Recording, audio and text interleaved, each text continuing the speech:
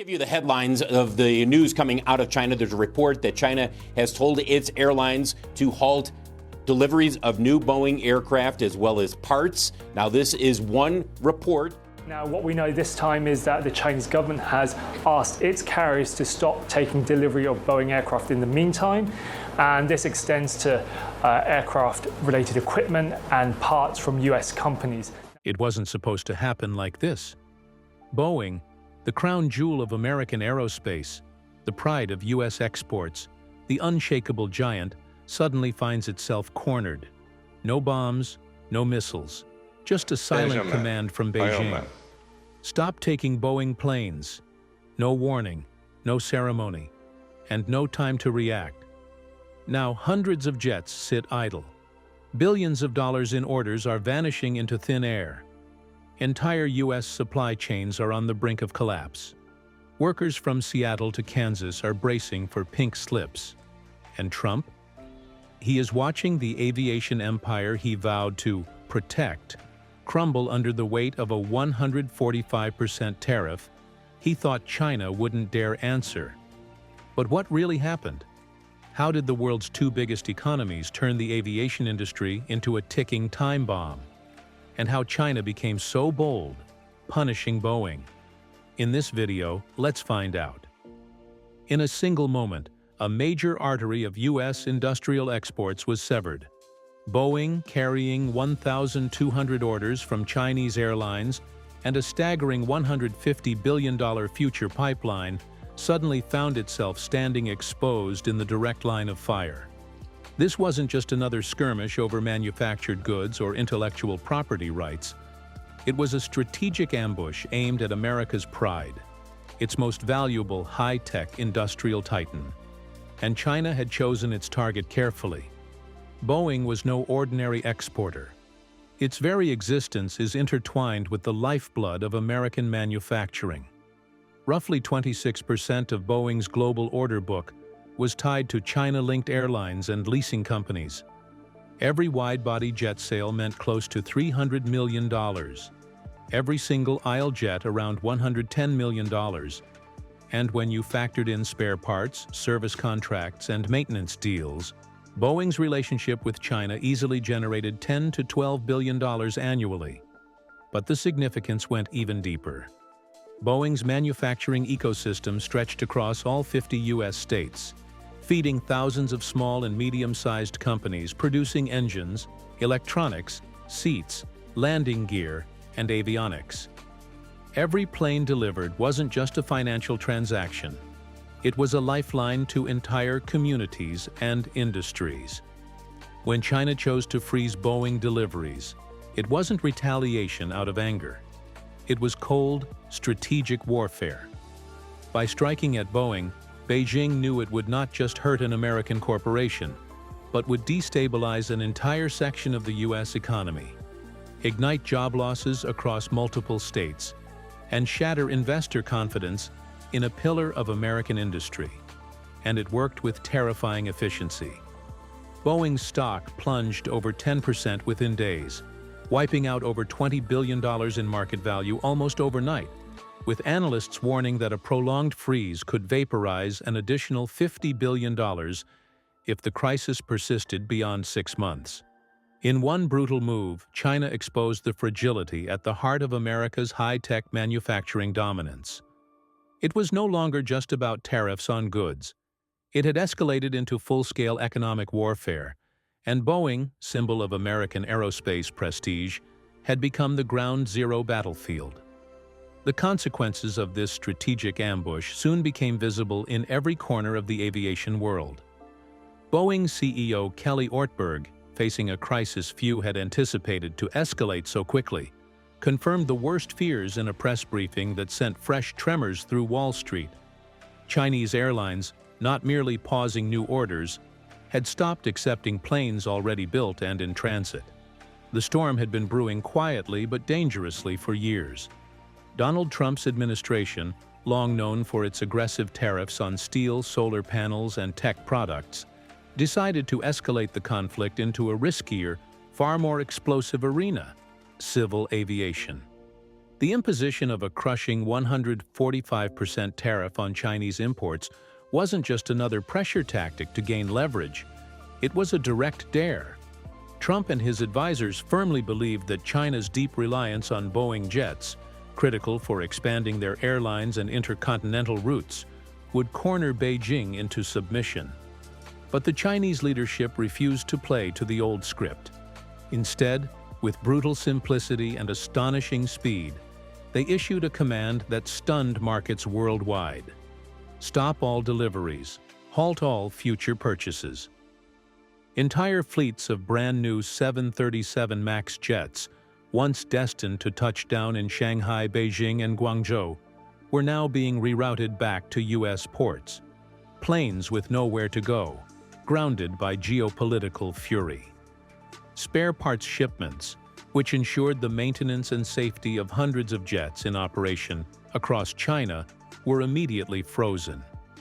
Maintenance and servicing contracts, often lasting decades and vital to Boeing's long-term revenue streams, were suddenly thrown into limbo. The broader economic aftershocks spread just as fast. At the Port of Los Angeles, the primary artery for goods flowing between the United States and Asia, container traffic collapsed by 31%. Empty shipping containers piled up on the docks. A silent monument to a once thriving trade relationship now crumbling. Across America's industrial heartland, the smaller companies that supplied Boeing, from high-precision engine parts to cabin electronics, began issuing layoff warnings. For many, there were no alternative customers large enough to fill the sudden void left by the loss of Chinese orders. Entire towns, dependent on aerospace manufacturing, faced mass unemployment in industries once thought to be shielded from global volatility. And the consequences weren't just economic, they were political. Trump's gamble, designed to force Chinese capitulation, was instead backfiring at breakneck speed. His administration, expecting to corner Beijing through Boeing's vital importance, had underestimated China's willingness to endure short-term pain for long-term gain. Before we continue further, tell us, are you enjoying the video? If yes, please like and share the video, and subscribe to our channel to watch more videos about little-heard and untold news stories. Let's continue now. As Boeing bled billions in market value and layoffs rippled across the nation, Trump's bravado on tariffs was starting to look less like strength and more like a self-inflicted wound. The smooth gears of globalization, which once lifted profits and prosperity on both sides of the Pacific, were now grinding to a halt. And as container ships turned back across the ocean and Boeing's gleaming jets sat idle on American runways, it became clear. The trade war had entered a far more dangerous phase, one where the casualties would not just be corporations, but communities. However, in public, Donald Trump tried to downplay the crisis, brushing off the halt of Boeing deliveries as if it were a minor stumble. He told reporters that tariffs would come down eventually, and even floated that he was ready to be nice with China if needed. But behind the closed doors of Washington's corridors, a very different scene was unfolding, one full of panic, lobbying, and desperate back-channel maneuvers. Boeing's executives and lobbyists have been scrambling across Capitol Hill, warning members of Congress that this is no ordinary dispute. They are pleading that unless urgent diplomatic pressure is applied, Boeing could be locked out of the Chinese aviation market for the next 30 years.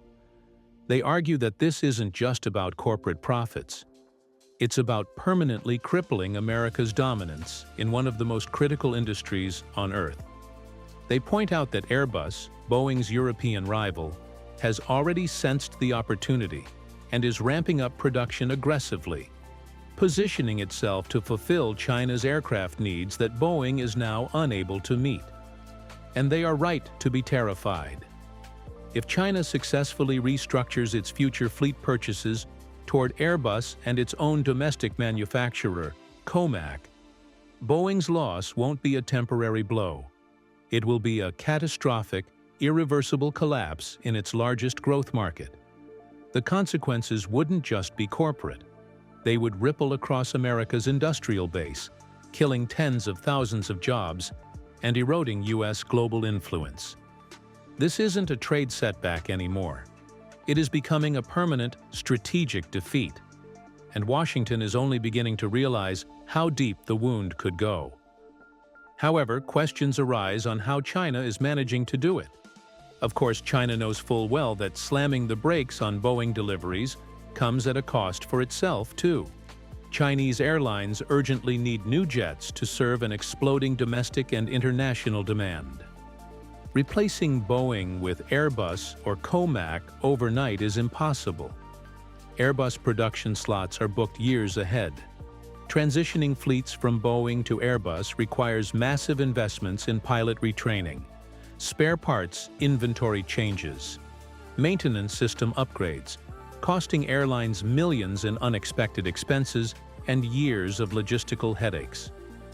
Yet despite these clear self-inflicted wounds, Beijing seems willing to endure the short-term pain.